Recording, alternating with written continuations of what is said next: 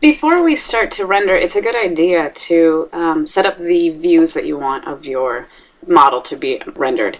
So you'll see that after I changed my model presentations setting, I changed it to low. Okay, and you can see that there's a list up in the render window and these options to say whether you want it to be draft quality, okay, low, medium, and high. And this is where what affects the quality of the rendering that you'll be doing in the render window. So when I click on render, it should be a lot faster. Okay, and this is how you can go through and you can work with quick iterations of your model and rendering it. You'll see that if I zoom in just by using the scroll button and zooming in, okay, like I would in model space, you'll see that it becomes very pixelated, but instead what it does is it gives you a good idea of what it's going to look like if you do a full rendering of it. And, you know, I just put this as draft because I just wanted to quickly see what it is. But you always want to make sure that when you do work with your final images, you want to make sure that it's on that presentation preset. Okay, and what I want to do is I want to start to set up views of it. So I could hold down Shift and the scroll button. Okay, and I can orbit around and I can take different renderings of it. Okay, really quick renderings, and again you'll see that it saves this list of the iterations. Okay, or what I can do is I can use some presets. So if I go up to my view menu, you'll see that AutoCAD automatically has its presets, and those are the presets that match the view cube here. So if I click on top, what it does is it gives me the top view. Okay, if I click on bottom, I don't know why we would want a bottom view, but it'll give me my bottom view. It'll give me a left view if I want an elevation of it from the side. Okay, right view, so on and so forth. And then it also gives us our isometrics.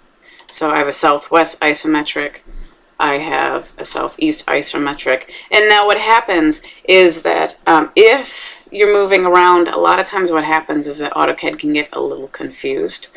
Okay, and you'll see that now my grid has gone vertical. That's common. Okay, I think it's pretty much a glitch with it. If that happens, what I usually do is I just go and I reset it to the top view, and then I do my isometrics from there, and it should be okay.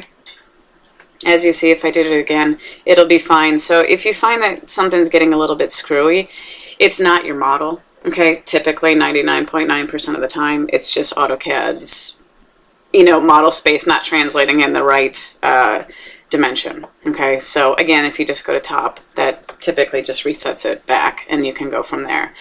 Now, sometimes I don't want to have, you know, one of these views. I want to have my own view. So what I can do is I can actually rotate my view around, okay, and I can, you know, save a view like that. Okay, if I want to save this view, what I would do is I would type in view, and I would go to new, and it's asking me to save a view name. So I might say this is view 1. I'm not going to give it a category or anything like that, and I'm going to hit OK and OK.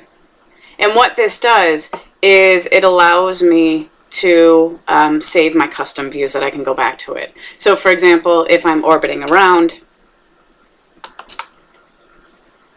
okay, and I want to start to render, I want to say, oh, you know, I want to go back to that view 1. That was a really good one. I'm just going to go back to the list, because now when I added it, it adds it to the list. I can click on that and it'll bring me back to that view.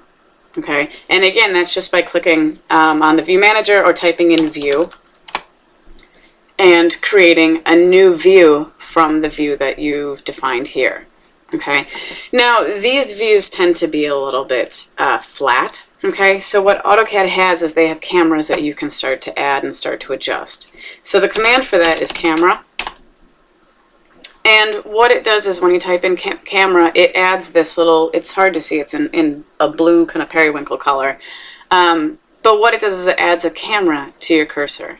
And what I have to do is I have to click to insert the camera, and then once I do, it's going to ask me for a target location. So this is where I'm going to aim my camera at. Okay, I'm just going to click at my model. It's going to ask me to enter, you know, different options. I'm just going to click on enter to exit out of that. Okay, and what it did is it added this camera to the scene.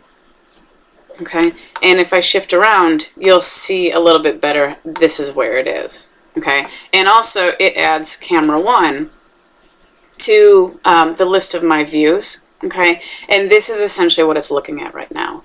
Right now, we don't really want it to look like that, okay, or at least I don't.